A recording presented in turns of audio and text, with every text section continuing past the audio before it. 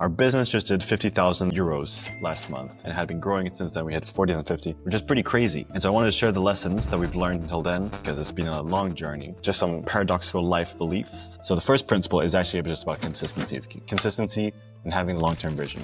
Second thing, you cannot have consistency without having clarity about where you want to go. We often think that we need to have super clear vision about where we want to go. You just need to have a clear enough idea that it gets you to take actions towards that. Now we've added on automations a little bit and we're doing a little bit of ads, but we're still majorly focused on that one sales funnel. What Alex Hormozi says, for example, is one funnel, one offer, one product, one service, one whatever, all the way to 1 million to start. And then you can diversify a little bit, but always more than better than new. This is key. There is one caveat, because what if it gets boring? What if you don't like that way anymore? Be a scientist running the business. What does that mean? All failure is psychological. That one's from Oskar Woehr. It's true. Any fear that comes up is just in your mind. Remember that people only root for you at the 2 times. Beginning and end. In the middle, you're mostly on your own. That's what you need to master. Unless, like most people, you would give up. Yo, this is a super cool episode.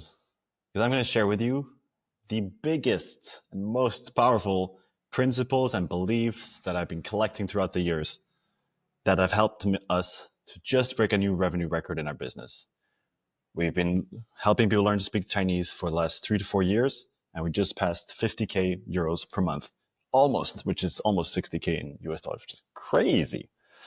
And I thought, let's do a solo episode about beliefs and principles and stories, just to share with you, because from what I know, now I'm like, this business is not that small. I mean, we have a team of 15 people. And so everything that we've been collecting and we've learned throughout the years, I've been writing down, and I want to share that with you in case business is interesting or life, or if you think my face is cute, then you will enjoy this a lot. Hopefully you can take away. Love to hear which is your favorite principle that I say. And of course, I'll tell you a story between all of them. But this is supposed to be very actionable.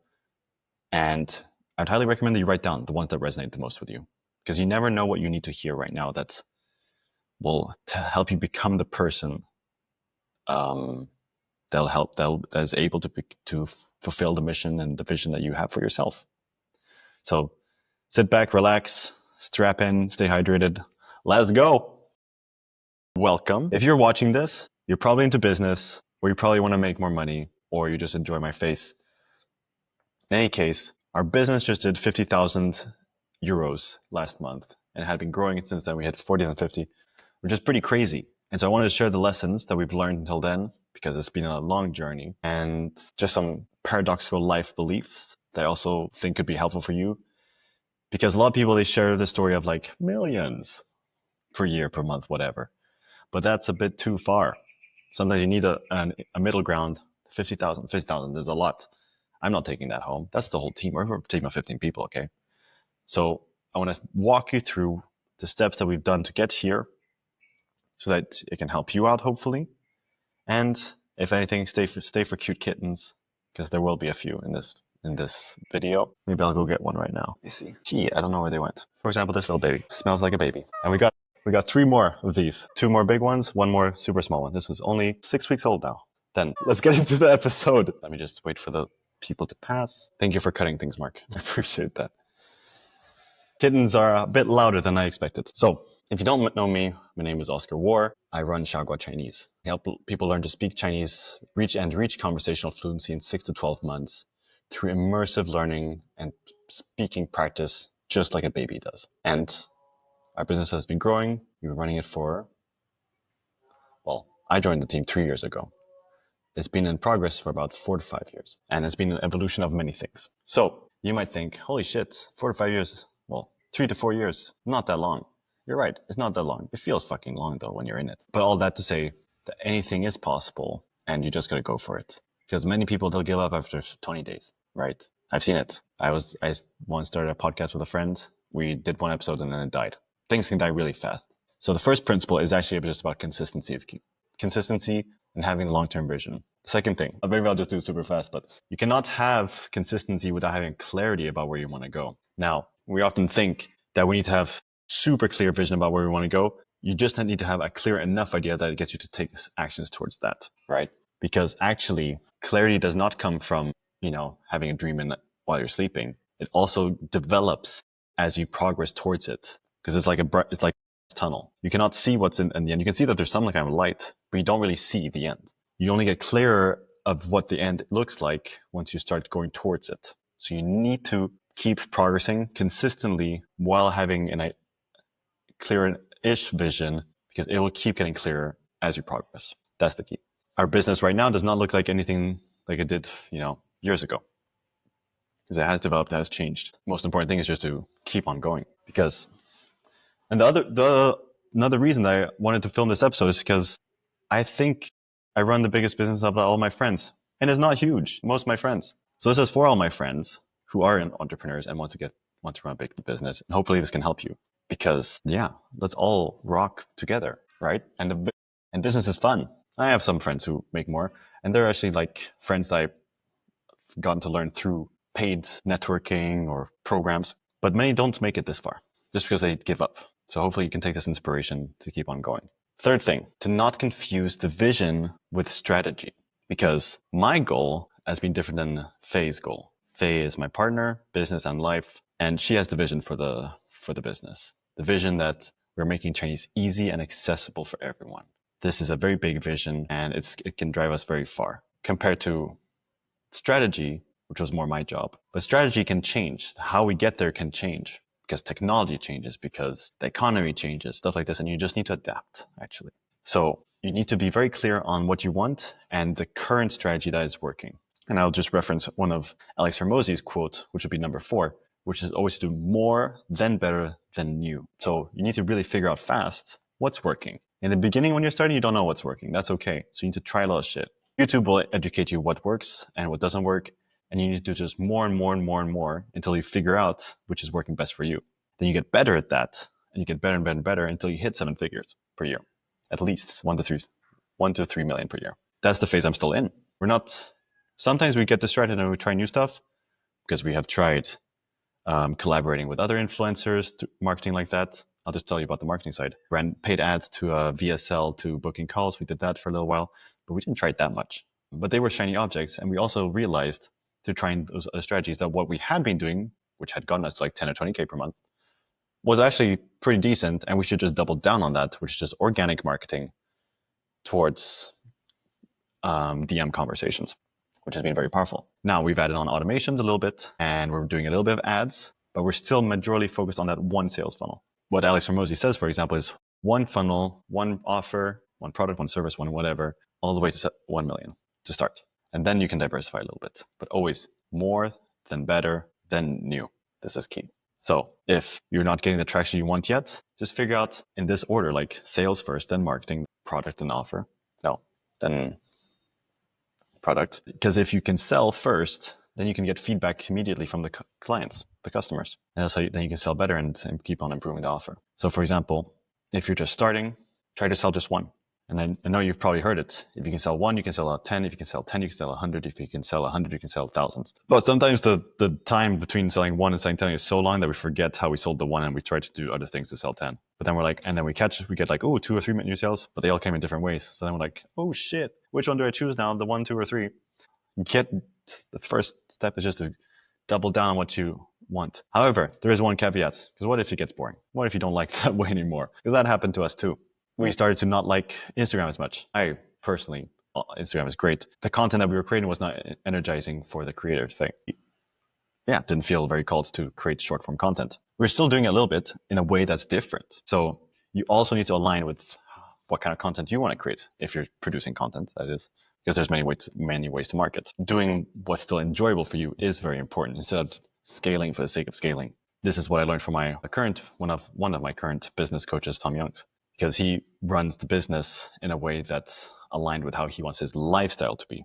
Now, in the beginning, if you have zero cash, it's gonna be hard to do it for the lifestyle, because you're not working on at least 5 days per week. It's not gonna get you the results you want. You do need to put in a little bit of hard work in order to figure out what works in the beginning. But then once you get some traction, you double down on what works. Sixth principle, I think I'm at 6, is going to be related to this from Tom Youngs.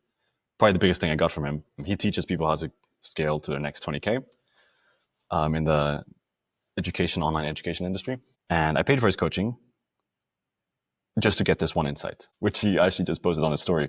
So actually, I will share two principles for you. One is that whoever your mentor is or your coach or whatever, they probably have a path to get all the way where you want to go. Like, let's say if you want to get a million bucks per month per year business, they can probably do that for you. But because of your ability to receive that information, because of who you are at that moment, you might not be able to implement everything that they're telling you. So don't think that there's going to be one guru that's going to help you all the way, because who you are might not be the person that's completely ready to implement all those strategies, for example. And as I said, there's tons of strategies. So always be ready to keep on learning, keep learning, keep finding new people, keep finding others who can help you.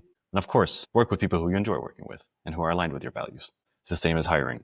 You want to hire people who are aligned with your values and actually going to focus on the long term with you. Then the seventh thing that I was going to just mention, and I got sidetracked, is to be a scientist. Be a scientist running the business. What does that mean? It means that whatever tests we're making, we really do it like a science experiment. Pull up the SPSS, JK, that's just for psychologists, statistics nerds. But write down what's our current result that we're getting. Let's say marketing is very easy because you have a bunch of numbers. But you can also do it for your offer and your service. Like, let's say if I have 10 clients, these 10 clients are getting these different results. What are the cause of those results?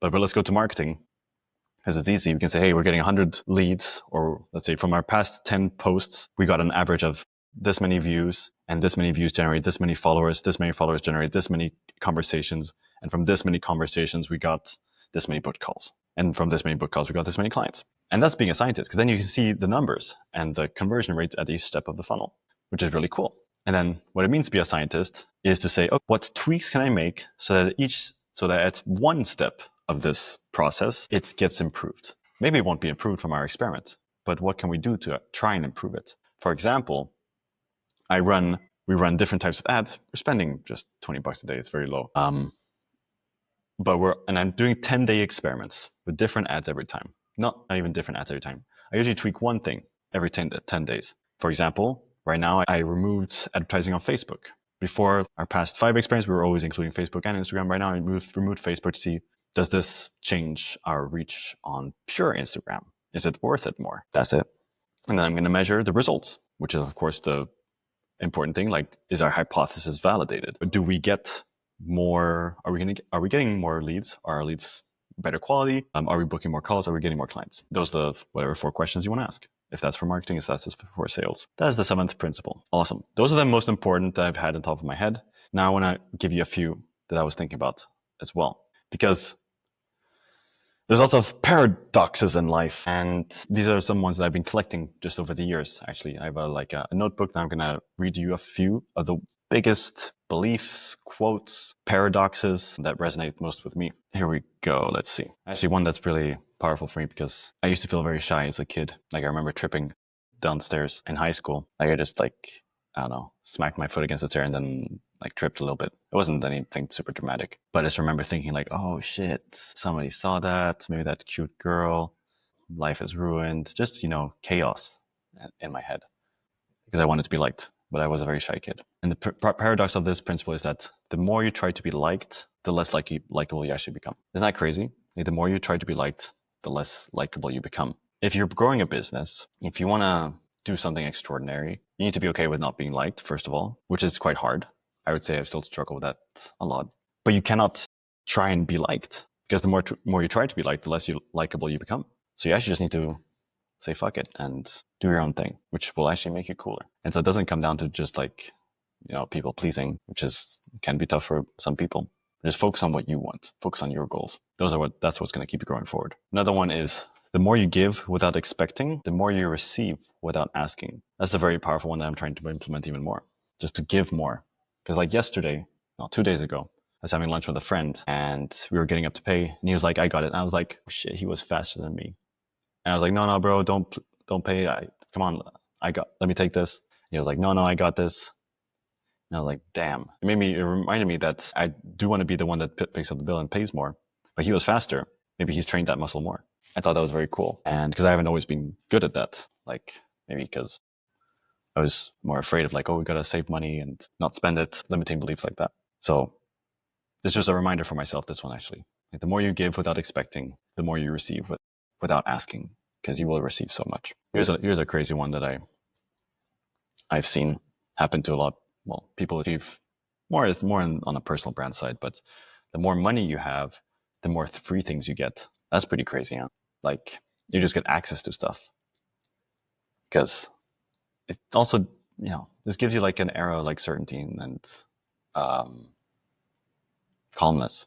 Yeah, it's like F you money, don't care, which also then trickles down into your confidence and showing up, and you get free stuff because people want to work with you. Then, here's a good one for everybody that feels like they want to quit sometimes, especially if you're growing a business, because we all have those thoughts of like fuck, I haven't made a sale in a while, or what if I don't make a sale? It's just have a negative spiral, right?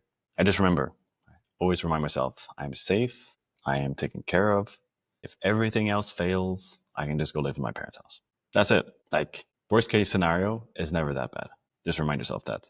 Sometimes we beat ourselves up because we think the worst case is so bad, but it's only in the short term that's going to be a bit painful. But worst case is never that bad. Just remember that. Let me see. Oh, here's a good one that hit. These are a lot from Dan Martell now, these ones I'm reading. Dan Martell is a quote machine. Actually, the reason I collected my quotes like this is because of Dan Martell, because he said one of his systems is a quote collection system. Like, he just has a note. Whenever he hears something he wants to implant in his brain and keep on reusing, he writes it down.